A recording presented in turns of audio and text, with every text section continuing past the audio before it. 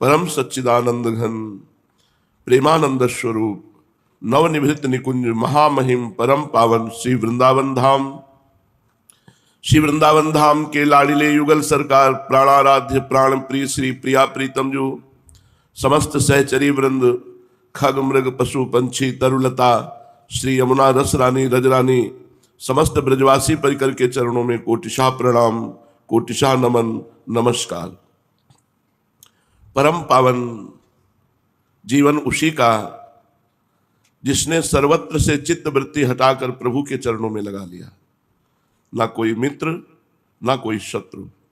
जब हमारी जहां वृत्ति जाए वहां प्रभु के सिवा और कुछ न देखें, प्रभु के सिवा कुछ ना सुने, प्रभु के सिवा कुछ ना बोलें, प्रभु के सिवा कुछ चिंतन ना करें। ये सर्वोपरि महान जीवन है। थोड़ा कठिन क्योंकि हमारा पूर्वाभ्यास रहा है विषय चिंतन, विषय देखना, विषय भोगना। अगर इसे हम रोक पावे, रुकेगा तो नाम जप के प्रभाव से, गुरु चरणों का आश्रय लेकर हम जितना नाम जप करेंगे, सच्ची मानिए हमने गुरु कृपा से अनुभव किया है इस बात का, जितना अधिक नाम जप किया जाता है उतना संसार से वैराग्य हो जाता है, अच्छा नहीं लगता संसार। यह अनुभव, खुद अनुभव की बात कर रहे हैं। जिन भोगों के लिए विषयी पुरुषों की वृत्तियां इतनी नीच उतर जाती हैं कि वो हिंसा तक करने पर उतारू हो जाते हैं, वही विषय एकदम विश्वत लगते हैं जब नाम जप का प्रभाव बढ़ता है। अपने को विषय त्यागने की चिंता नहीं करनी, अपने को नाम जप करने की चिंता करनी है। बस नाम जप करते रहिए। बड़ी दिव्यता, बड़े बड़े दिव्य महापुरुषों के दर्शन ये सब नाम जप में छुपा हुआ है। पर दुर्भाग्य है कि शरीर राग इतना पुष्ट है कि वो नाम जप नहीं करने देता। विषय चिंतन, कभी किसी यार मित्र परिवार, नाना प्रकार का संसार, इसका चिंतन होता, व्यर्थ का चिंतन, लेना देना कुछ नहीं, व्यर्थ का चिंतन। इसी व्यर्थ के चिंतन को जो रोक दे सो महात्मा, और जो व्यर्थ के चिंतन में फंसा रहे वही विषयी संसारी जीव, वही विषय आत्मा। हमें अवसर मिला है भजन करने का। नहीं, ऐसी ऐसी परिस्थिति आती है कि भजन करना चाहो भी तो भजन नहीं कर सकते। अभी अवसर है। यावत स्वस्थ मिदम कलेवरम, अभी तुम्हारा कलेवर स्वस्थ है, अभी भजन कर सकते हो। ऐसा भजन का अभ्यास करो, ऐसी भजन में प्रवृत्ति बनाओ, हट करके, डट करके। मन लगे ना लगे इससे कोई फर्क नहीं पड़ता। जैसे मन ना लगे हम भोजन पाए तो भी पेट भर जाता है, ऐसे ही मन ना लगे हम भजन करें तो हमें भगवत प्राप्ति हो जाएगी। एक दिन मन अपने आप लग जाएगा। नाम जप, अधिक से अधिक नाम जप कीजिए, सब ठीक हो जाएगा। चिंतन कीजिए, चिंता नहीं। जितना अधिक नाम जप होगा, संसार से वैराग्य, स्वरूप का बोध और भगवान से प्रेम, ये अपने आप हो जाएगा। ये नाम जप का प्रभाव है। आप नाम जप पर ध्यान दीजिए। कलयुग में केवल नाम जप से भगवत प्राप्ति है, अन्य सब अपवाद है। ज्ञान की बातें करते हैं और ज्ञान की धरा में स्थित है, योग की बातें करते हैं और भोगों में चित्त लालायित है। कोई मार्ग नहीं रह गया जिसके द्वारा हम शुद्धता पूर्वक भगवान की प्राप्ति कर सकें। मार्ग तो है, पर मार्ग में चलने की हमारी सामर्थ्य नहीं रह गई। अब कलयुग केवल नाम आधारा, सुमिर सुमिर नर उतर ही पारा। केवल नाम जप के द्वारा भगवत प्राप्ति, नाम जप के द्वारा शुद्ध बोध, नाम जप के द्वारा भगवत प्रेम, सब कुछ प्राप्त हो जाएगा। इसलिए आप सबसे प्रार्थना है, जब तक आपकी श्वासें चल रही, जब तक शरीर काम कर रहा है, तब तक खूब मन लगे या ना लगे, भाव बने ना बने, खूब नाम जप कीजिए। हमने नाम जप का यत्किंचित प्रभाव देखा है। बड़े से बड़े कष्ट की परिस्थिति में भी बहुत सुखपूर्वक रखता है नाम जप। नाम जप बड़ी विषम परिस्थिति में भी एक आनंद की लहर ऐसी फैला देता है जिससे दुख के ऊपर सुख छाया रहता है। नाम जप न हो तो बड़ी दुर्गति है। यह शरीर व्याधि मंदिर है। जैसे मंदिर में कब कौन देवता प्रकाशित हो जाए, ऐसे शरीर में कब कौन सा कष्ट, रोग, दुख प्रकाशित हो जाए। इसलिए खूब नाम जप करो। चलते हैं महाप्रभु चैतन्य देव की परम पावन लीला का कथन श्रवण करके अपने हृदय को प्रेममय बनाते हैं। नित्यानंद प्रभु 13 वर्ष की अल्प अवस्था में ही घर छोड़कर चले आए थे। लगभग 20 वर्षों तक तीर्थों में भ्रमण किया। इनके सन्यासी जी जो साथी थे वो छोड़कर कहां चले गए इसका कुछ भी पता नहीं चला। इतना अनुमान अवश्य लगाया जा सकता है कि उन महात्मा के लिए इनके हृदय में कोई विशेष स्थान नहीं बन सका, उनमें इनका गुरु भाव नहीं हुआ। 20 वर्षों तक इधर उधर घूमते रहे, किंतु जिस प्रेमी के लिए इनका हृदय छटपटा रहा था वो प्रेमी इन्हें कहीं नहीं मिला। महाप्रभु गौरांग का नाम सुनते ही इनके हृदय सागर में हिलोरें सी उठने लगी। चैतन्य महाप्रभु के दर्शनों के लिए मन व्याकुल हो उठा, इसलिए ये ब्रज से नवद्वीप की ओर चल पड़े। आज नंदनाचार्य के घर गौरहरि ने स्वयं आकर इन्हें दर्शन दिया। गौरहरि के दर्शन मात्र से इनकी चिरकाल की मनोकामना पूर्ण हो गई। जिसके लिए व्याकुल होकर देश विदेशों में फिर रहे थे वह वस्तु आज स्वयं ही इन्हें प्राप्त हो गई। सन्यासी थे नित्यानंद महाप्रभु, सन्यास लिए हुए थे, और गौरांग महाप्रभु अभी तक गृहस्थी में थे। गौरांग महाप्रभु की अवस्था से 11 वर्ष बड़े थे, किंतु प्रेम में तो छोटे बड़े या उच्च नीच का विचार होता ही नहीं। इन्होंने सर्वतोभावेन गौरांग महाप्रभु को आत्मसमर्पण कर दिया और गौरांग महाप्रभु ने इन्हें अपना बड़ा भाई समझकर स्वीकार किया। नंदनाचार्य के घर से नित्यानंद जी को साथ लेकर गौरांग महाप्रभु भक्तों सहित श्रीवास पंडित के घर पहुंचे। वहां पहुंचते ही संकीर्तन आरंभ हो गया। सभी भक्त नित्यानंद जी के आगमन के उल्लास में नूतन उत्साह के साथ भावावेश में आकर जोरों से कीर्तन करने लगे। अब तो कीर्तन की तुमुल ध्वनि छा गई। हरे कृष्णा हरे कृष्णा कृष्ण कृष्ण हरे हरे।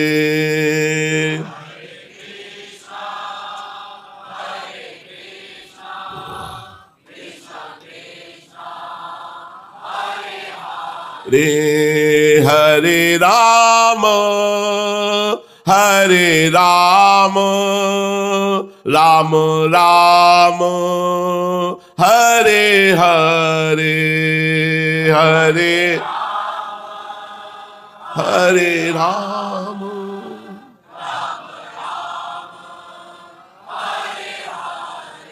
हरे कृष्ण कृष्ण कृष्ण हरे हरे।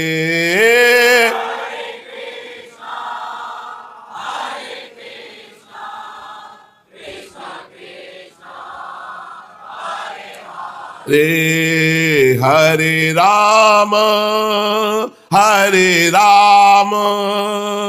राम राम हरे हरे हरे।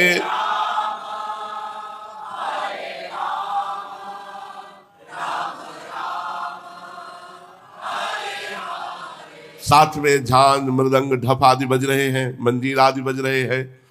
भक्त प्रेम में विह्वल होकर जोरों से बोल रहे हरि बोल हरि बोल। कभी कोई नाच रहा है, कभी कोई गा रहा है, कभी जोरों से हरि बोल की तुमुल ध्वनि कर रहे हैं। आज के कीर्तन में बड़ा ही आनंद आने लगा, मानो सभी भक्त प्रेम में बेसुध होकर अपने आप को बिल्कुल भूल गए हों। अब तक गौरांग महाप्रभु शांत थे, अब उनसे भी न रहा गया। वे भी भक्तों के साथ मिलकर शरीर की शुद्धि भुलाकर जोरों से हरि ध्वनि करने लगे। महाप्रभु नित्यानंद महाप्रभु के दोनों हाथों को पकड़कर आनंद से नाचने लगे। नित्यानंद जी भी काठ की पुतली की भांति महाप्रभु के इशारे के साथ नृत्य कर रहे थे। उस छवि का कैसे वर्णन करें जब गौरांग महाप्रभु नित्यानंद महाप्रभु के हाथ पकड़कर नृत्य कर रहे थे। भक्तवृंद मंत्रमुग्ध की भांति इन दोनों महापुरुषों का नृत्य देख रहे थे। पखावज बज रही थी, मंजीर बज रहे थे, सब बजना रुक गए और सब मंत्रमुग्ध की भांति नित्यानंद महाप्रभु और चैतन्य महाप्रभु का नृत्य देखने लगे। सभी वाद्यों का बजना बंद हो गया। भक्त जड़ मूर्ति की भांति चुपचाप खड़े निमाई और निताई के नृत्य के माधुर्य का निरंतर भाव से पान कर रहे थे।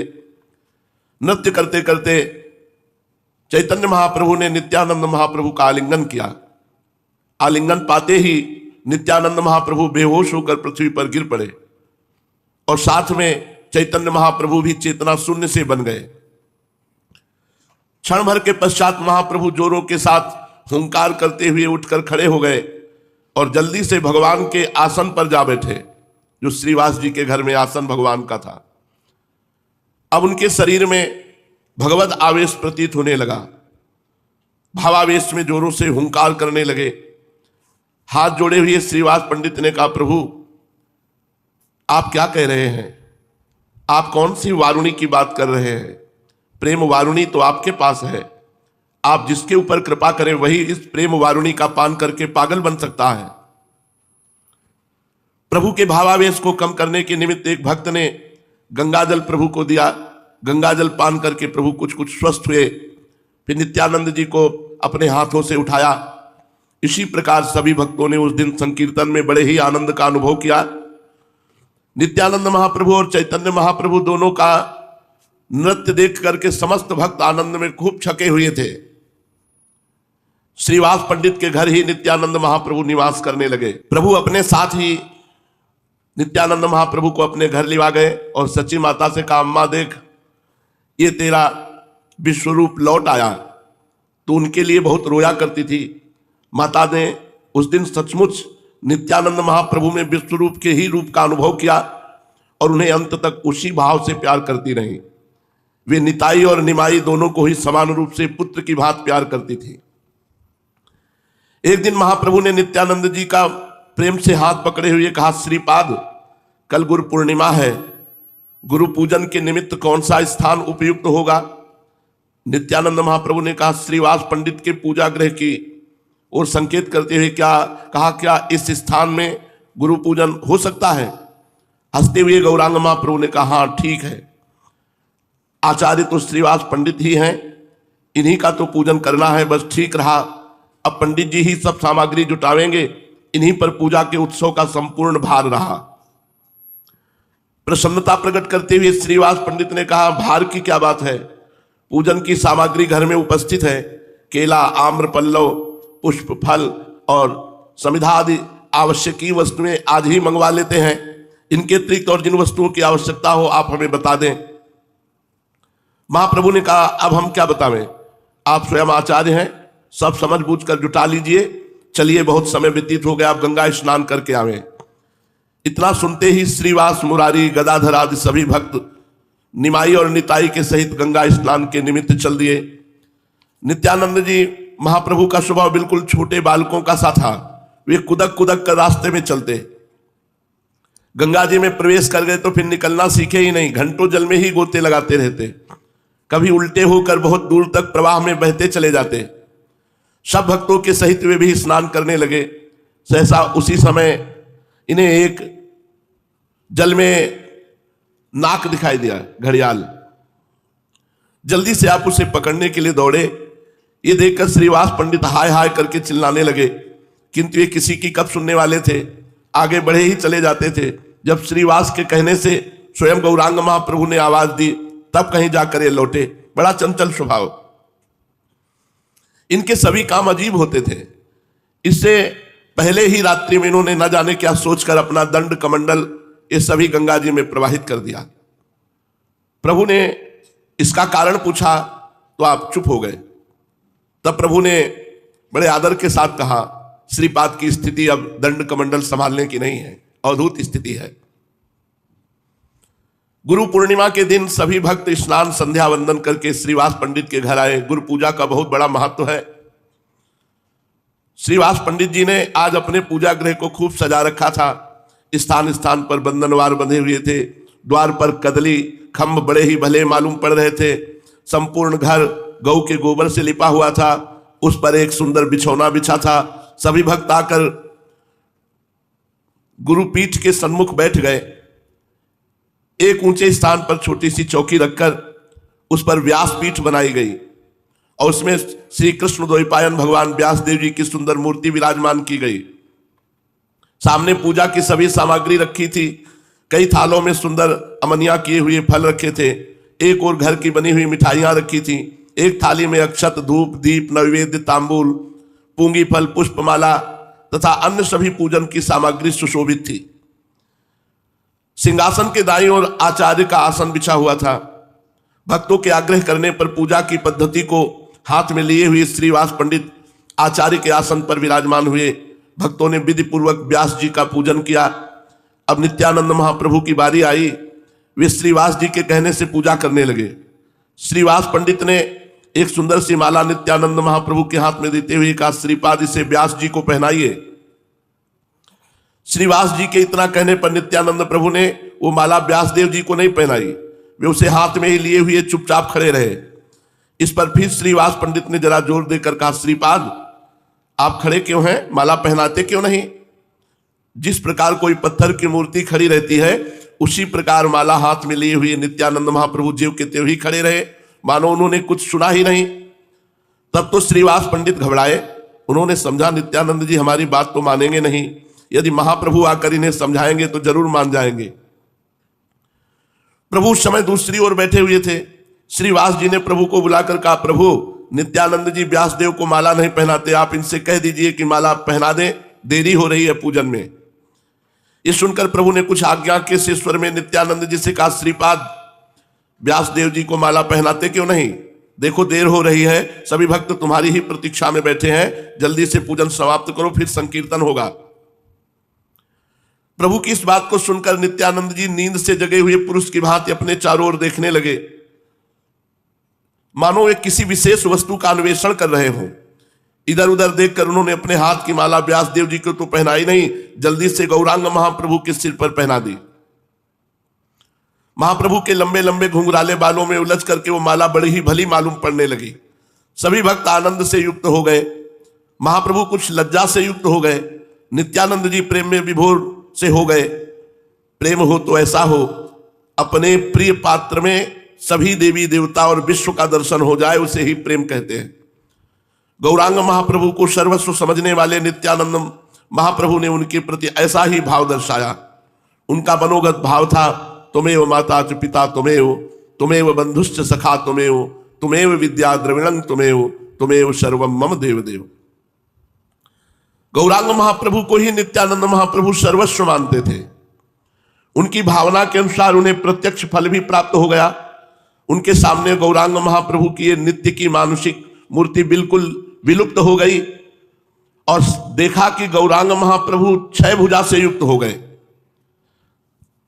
गौरांग महाप्रभु के मुख की कांति कोटि कोटि सूर्यों के प्रभा से भी बढ़कर, उनके 4 हाथों में तो शंख चक्र गदा पद्म विराजमान है और 2 हाथों में हल मूसल को धारण किए हुए हैं। नित्यानंद जी प्रभु के इस अद्भुत रूप के दर्शन से अपने को कृतकृत्य मानने लगे। उनके नेत्र उन दर्शनों से तृप्त ही नहीं होते थे। उनके दोनों नेत्र बिल्कुल खुले के खुले रह गए, पलक गिरना एकदम बंद हो गई। नेत्रों की दोनों कोरों से अश्रुओं की धारा बह रही थी। शरीर चेतना शून्य था। भक्तों ने देखा उनकी सांस चल नहीं रही है। उनका शरीर मृतक पुरुष की भांति अकड़ा हुआ पड़ा है। केवल मुख की अपूर्व ज्योति को देखकर और नेत्रों से निकलते हुए अश्रुओं से ही यह अनुमान लगाया जा सकता था कि वे जीवित हैं। भक्तों को इनकी ऐसी दशा देख करके बड़ा भय हुआ।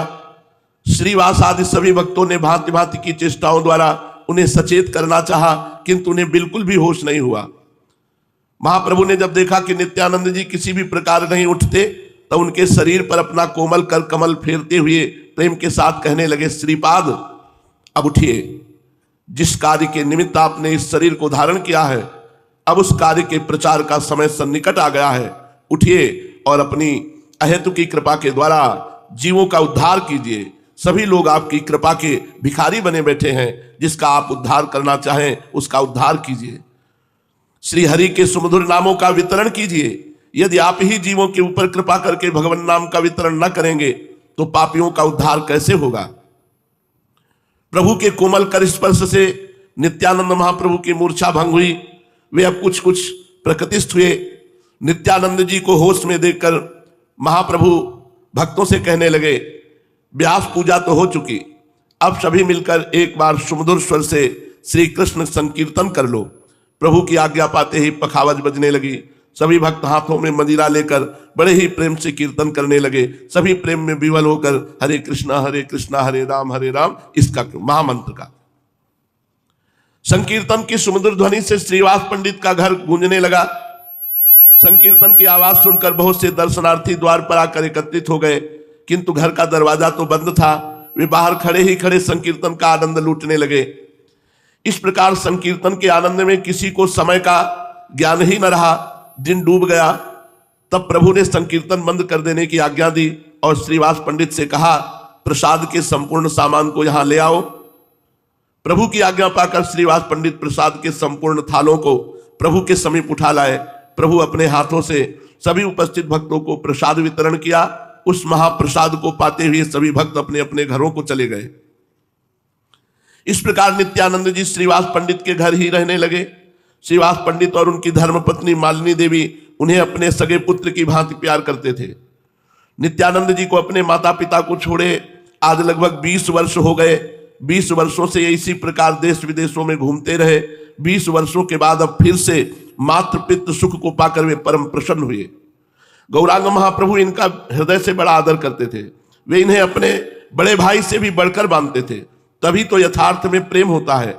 दोनों ही ओर से सत्कार के भाव हो तभी अभिन्नता होती है।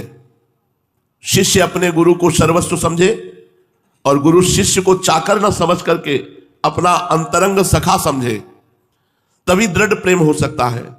गुरु अपने गुरुपने में ही बने रहे और शिष्य को अपना सेवक अथवा दास ही समझते रहे। इधर शिष्य अनिच्छापूर्वक कर्तव्य सा समझकर उनकी सेवा शुश्रूषा करता रहे तो उन दोनों में यथार्थ प्रेम नहीं होता। गुरु शिष्य का बर्ताव तो ऐसा होना चाहिए जैसा भगवान श्री कृष्ण और अर्जुन का, जैसा जनक जी और श्री सुखदेव जी का शास्त्रों में सुना जाता है। नित्यानंद जी गौरांग महाप्रभु को अपना सर्वस्व ही समझते थे, किंतु गौरांग महाप्रभु सदा उनकी पूजा करते, आदर सत्कार करते थे। यही तो इन महापुरुषों की विशेषता है। नित्यानंद जी का स्वभाव बड़ा चंचल था। वे कभी कभी स्वयं अपने हाथों से भोजन ही नहीं पाते, तब श्रीवास की पत्नी मालिनी देवी उन्हें अपने हाथों से छोटे बच्चों की तरह खिलाती। कभी कभी ये उनके साथ बालकों की भांति क्रीड़ा करते, कभी उनकी गोद में शिशुओं की तरह क्रीड़ा करते। इस प्रकार ये श्रीवास और उनकी पत्नी मालिनी देवी को वात्सल्य सुख का आनंद देते हुए उनके घर में सुखपूर्वक रहने लगे। प्रेम सचमुच स्वाभाविक है, बनावटी नहीं होता। यदि वास्तव में उसमें किसी भी प्रकार का संसारी स्वार्थ नहीं है तो दोनों ही ओर से हृदय में एक प्रकार की हिलोरे से उठा करती है। सीने में दिल को खींचता हुआ सा देखकर ही अनुमान करते हुए कहते हैं, इश्क उसको ही कहते होंगे शायद सीने में जैसे कोई दिल को मला करे। ये प्रेम की एक स्थिति होती है। जो मैं ऐसा जानती प्रीति के दुख होए, नगर ढिंढोरा पीटती अजी प्रीति न करियो कोय। प्रेम में एक मीठा मीठा दर्द होता रहता है अपने प्रीतम के चिंतन में। निश्चयात्मक क्रिया देने में डरती है। अद्वैताचार्य जी शांतिपुर में बैठे हुए महाप्रभु से प्रेम कर रहे हैं और गौरांग महाप्रभु की हर लीला को सुनते मन ही मन प्रसन्न होते। अपने प्यारे की प्रशंसा सुनकर हृदय में स्वाभाविक ही एक प्रकार की गुदगुदी से होने लगती है। महाप्रभु चैतन्य देव का यशा सौरभ अब धीरे धीरे संपूर्ण गौड़ देश में व्याप्त हो चुका था। आचार्य प्रभु के भक्ति भाव की बातें सुनकर आनंद में विभोर होकर नृत्य करने लगते और अपने आप ही कभी कभी कह उठते, गंगा जल और तुलसी दल से मैंने चिरकाल तक भक्त भय भंजन भगवान का अर्चन पूजन किया था। ऐसा प्रतीत होता है कि मेरा वह पूजन अब सफल हो गया। गौरहरि भगवान चैतन्य महाप्रभु के रूप में प्रकट होकर भक्तों के दुखों को दूर करेंगे। उनका हृदय बार बार कहता, प्रभु की छत्र छाया में रहकर अनेकों भक्त पावन बन रहे हैं। वे अपने को गौरहरि के संसर्ग और संपर्क से कृतकृत्य बना रहे हैं। मन कहता अद्वैताचार्य का कि तू भी चल करके अपने इस नीरस जीवन को सार्थक क्यों नहीं बना लेता। किंतु प्रेम में भी एक प्रकार का मीठा मीठा मान होता है। अपने प्रिय की कृपा की प्रतीक्षा में भी एक प्रकार का अनिर्वचनीय सुख मिलता है। इसीलिए थोड़े ही देर बाद वे फिर सोचते मैं स्वयं क्यों चलूं, जब ये ही मेरे इष्ट देव हैं तो मुझे स्वयं बुलावे, बिना बुलावे मैं क्यों जाऊं। इन्हीं सब कारणों से इच्छा होने पर भी अद्वैताचार्य नवद्वीप नहीं आते थे। इधर महाप्रभु को जब भावावेश होता तभी जोर से चिल्ला उठते कि नाड़ा कहां है। नाड़ा अद्वैताचार्य जी को कहते थे। हमें बुलाकर स्वयं शांतिपुर में जा छिपा, उसी की हुंकार से तो हम आए हैं। पहले तो भक्तगण नाड़ा का अर्थ ही नहीं समझ पाए कि महाप्रभु का अभिप्राय किससे है। जब श्रीवास पंडित ने दीनता के साथ जानना चाहा कि नाड़ा कौन है, तो प्रभु ने स्वयं ही बतलाया, अद्वैताचार्य। अद्वैताचार्य की प्रार्थना पर हम जगत उद्धार के लिए अवनी तल पर अवतीर्ण हुए हैं। नाड़ा कहने का हमारा अभिप्राय अद्वैताचार्य से है।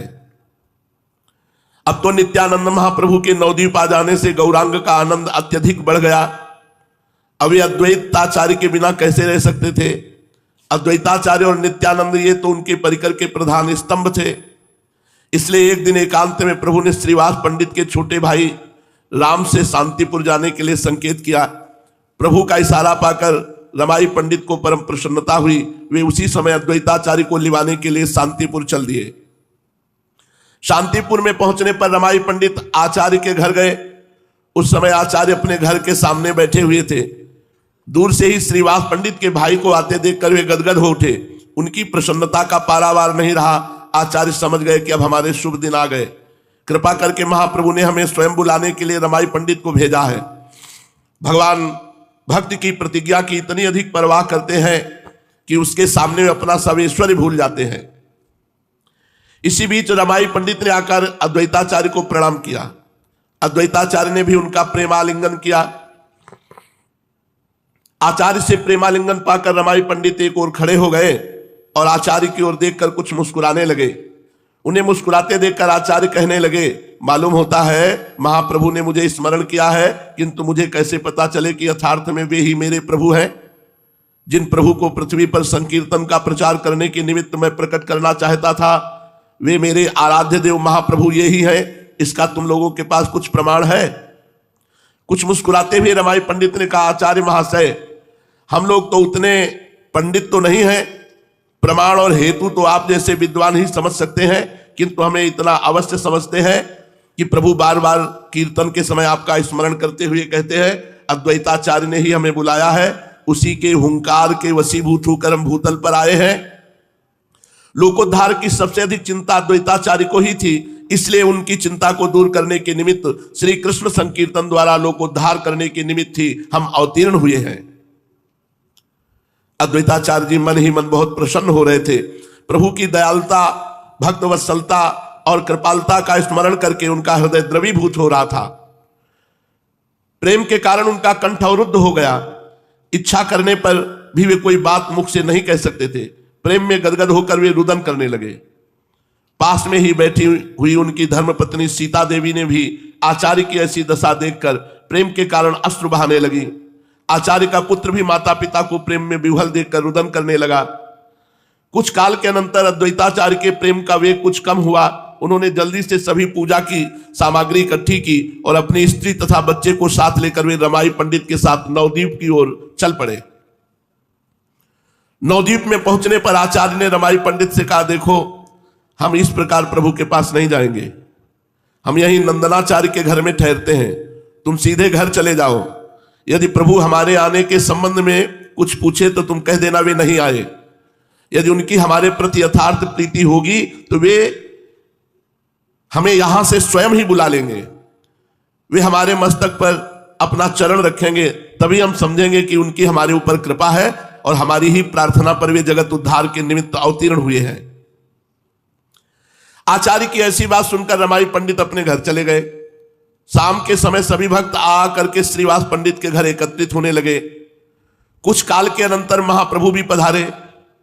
आज महाप्रभु घर में प्रवेश करते ही भावावेश में आ गए और भावावेश में जल्दी से भगवान के आसन पर विराजमान हो गए और जोरों के साथ कहने लगे, नाड़ा शांतिपुर से तो आ गया है, किंतु हमारी परीक्षा के निमित्त नंदनाचार्य के घर छिपा बैठा है। अब भी हमारी परीक्षा करना चाहता है। उसी ने तो हमें बुलाया है और अब वही परीक्षा करना चाहता है। प्रभु की इस बात को सुनकर भक्त आपस में एक दूसरे का मुख देखने लगे। नित्यानंद महाप्रभु मन ही मन मुस्कुराने लगे। मुरारी गुप्त ने उसी समय प्रभु की पूजा की, धूप दीप नैवेद्य चढ़ाकर सुगंधित पुष्पों की माला प्रभु के गले में पहनाई और खाने के लिए सुंदर सुवासित तांबूल दिया। इसी समय रमाई पंडित ने सभी वृत्तांत जाकर अद्वैताचार्य से कहा। सब वृत्तांत सुनकर आचार्य चकित से हो गए और प्रेम में बेसुध से हुए गिरते पड़ते श्रीवास पंडित के घर आए। जिस घर में महाप्रभु विराजमान थे, उस घर में प्रवेश करते ही अद्वैताचार्य को प्रतीत हुआ कि संपूर्ण घर प्रकाशमय हो रहा है। कोटि सूर्यों के सदस्य प्रकाश उस घर में विराजमान है। उन्हें प्रभु की तेजोमयी मूर्ति के स्पष्ट दर्शन न हो सके। असह तेज के प्रभाव को आचार्य सहन न कर सके। उनकी आंखों के सामने चकाचौंध सी छा गई। वे मूर्छित होकर भूमि पर गिर पड़े और देहली से आगे पैर न बढ़ा सके। भक्तों ने वृद्ध आचार्य को उठाकर महाप्रभु के सन्मुख लिटाया। महाप्रभु के सन्मुख पहुंचने पर वे संज्ञा शून्य ही पड़े रहे और बेहोशी की ही हालत में लंबी लंबी सांसें भरकर जोरों के साथ रुदन करने लगे। उन वृद्ध तपस्वी विद्वान अद्वैताचार्य की ऐसी अवस्था देखकर सभी उपस्थित भक्त आनंद सागर में गोते खाने लगे और अपनी भक्ति को तुच्छ समझकर रुदन करने लगे। थोड़ी देर के अनंतर महाप्रभु ने कहा, आचार्य उठो, अब देर करने का क्या काम है? तुम्हारी मनः कामना पूर्ण हुई। चिरकाल की तुम्हारी अभिलाषा के सफल होने का समय अब सन्निकट आ गया। अब उठकर हमारी विधिवत पूजा करो। प्रभु की ऐसी प्रेममयी वाणी सुनकर वे कुछ प्रकृतिस्थ हुए। भोले बालक के समान 70 वर्ष के श्वेत केश वाले विद्वान अद्वैताचार्य जी सरलता के साथ प्रभु का पूजन करने के लिए उद्यत हुए। जगन्नाथ मिश्र जिन्हें पूज्य और श्रेष्ठ मानते थे, विश्वरूप के जो विद्या गुरु थे और निमाई को जिन्होंने गोद में खिलाया था, वे ही भक्तों के मुकुटमणि महामान्य अद्वैताचार्य जी एक 23 वर्ष के युवक के आदेश से सेवक की भांति अपने भाग्य की सराहना करते हुए चैतन्य महाप्रभु की पूजा करने लगे। इसे तो ही विभूतिमत्ता कहते हैं, इसे ही भगवत्ता कहते हैं, जिसके सामने सभी झुक जाएं, जिसके प्रभाव से जाति कुल रूप तथा अवस्था में छोटा होने पर भी पुरुष सर्व पूज्य समझा जाता है। अद्वैताचार्य ने सुवासित जल से पहले महाप्रभु के चरणों को पखारा, फिर पाद्य अर्घ देकर सुगंधित चंदन प्रभु के श्रीअंगों में लेपन किया। तदनंतर अक्षत धूप दीप नैवेद्य आदि चढ़ाकर सुंदर माला प्रभु के गले में पहनाई और तांबूल देकर वे हाथ जोड़कर गदगद कंठ से स्तुति करने लगे। रोते रोते वे बार बार इस श्लोक का गान करते, नमो ब्रह्मण्य देवाय गो ब्राह्मण हिताय च जगद्धिताय कृष्णाय गोविंदाय नमो नमः। श्लोक पढ़ते पढ़ते वे और भी गौरांग महाप्रभु को लक्ष्य करके भांति भांति की स्तुति करने लगे। स्तुति करते करते वे बेसुध से हो गए। इसी बीच अद्वैताचार्य की पत्नी सीता देवी ने महाप्रभु की पूजा की। महाप्रभु ने भावावेश में आकर उन दोनों के मस्तक पर अपने श्री चरण रखे।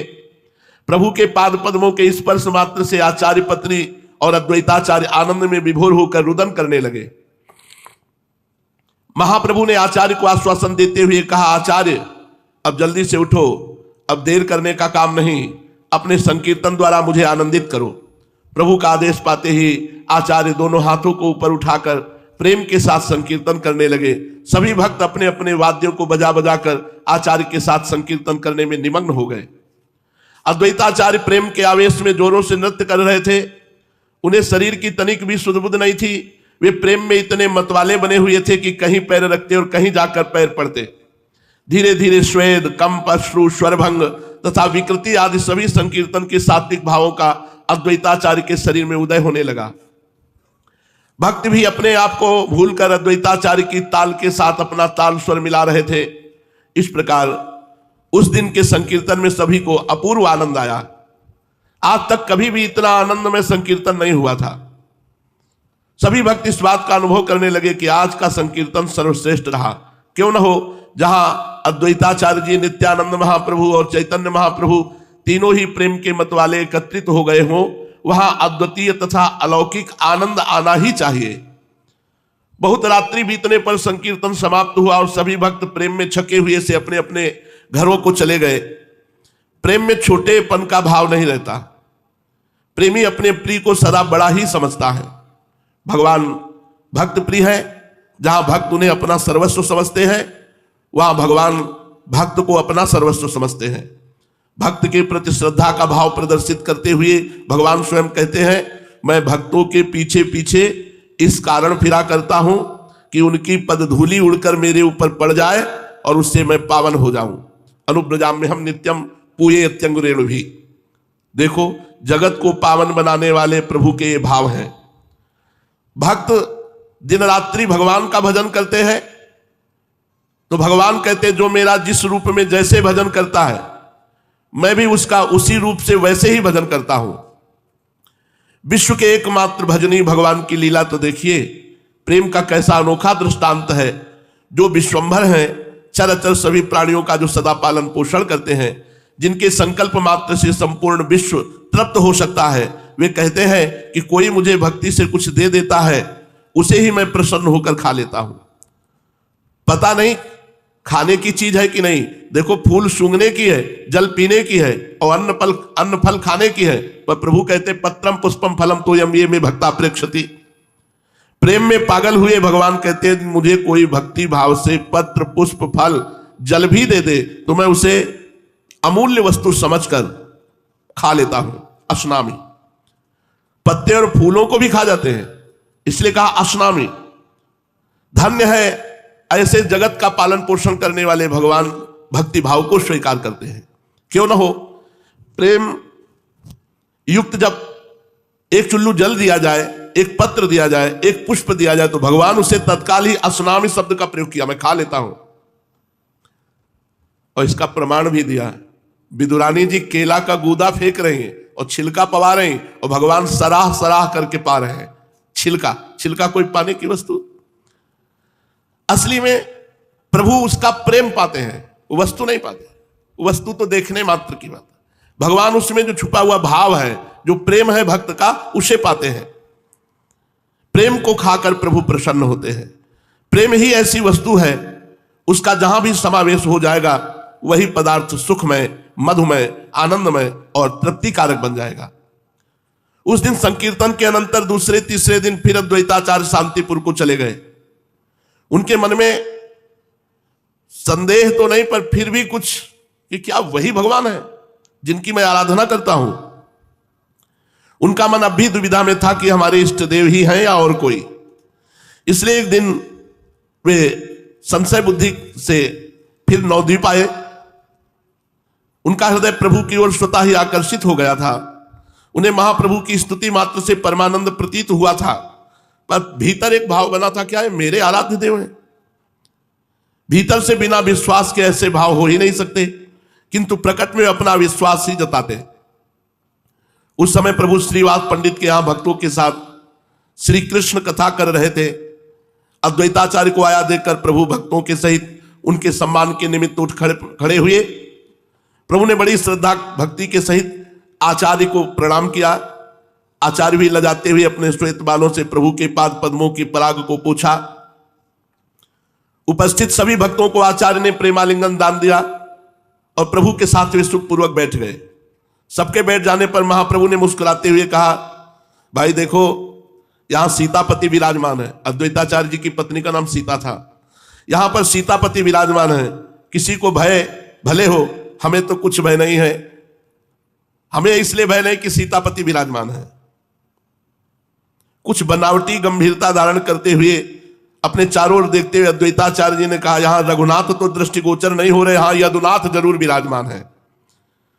प्रभु ने इस उत्तर को सुनकर कुछ संकुचित होते हुए से उस बात को उड़ाने के निमित्त कहा, देखिए हम तो चिरकाल से आशा लगाए बैठे थे कि हम सभी लोग आपकी छत्र छाया में रहकर श्री कृष्ण कीर्तन करते, किंतु आप बार बार शांतिपुर जाकर विराजमान होते हैं, तो ऐसा हम लोगों से क्या अपराध हो गया कि आप शांतिपुर जाते हैं। अद्वैताचार्य से चैतन्य महाप्रभु ने कहा। अद्वैताचार्य जी इसका कुछ उत्तर देने नहीं पाए थे कि बीच में ही श्रीवास पंडित बोल उठे, अद्वैताचार्य का नाम भी तो अद्वैत है, इसीलिए वे शांतिपुर में निवास कर रहे हैं।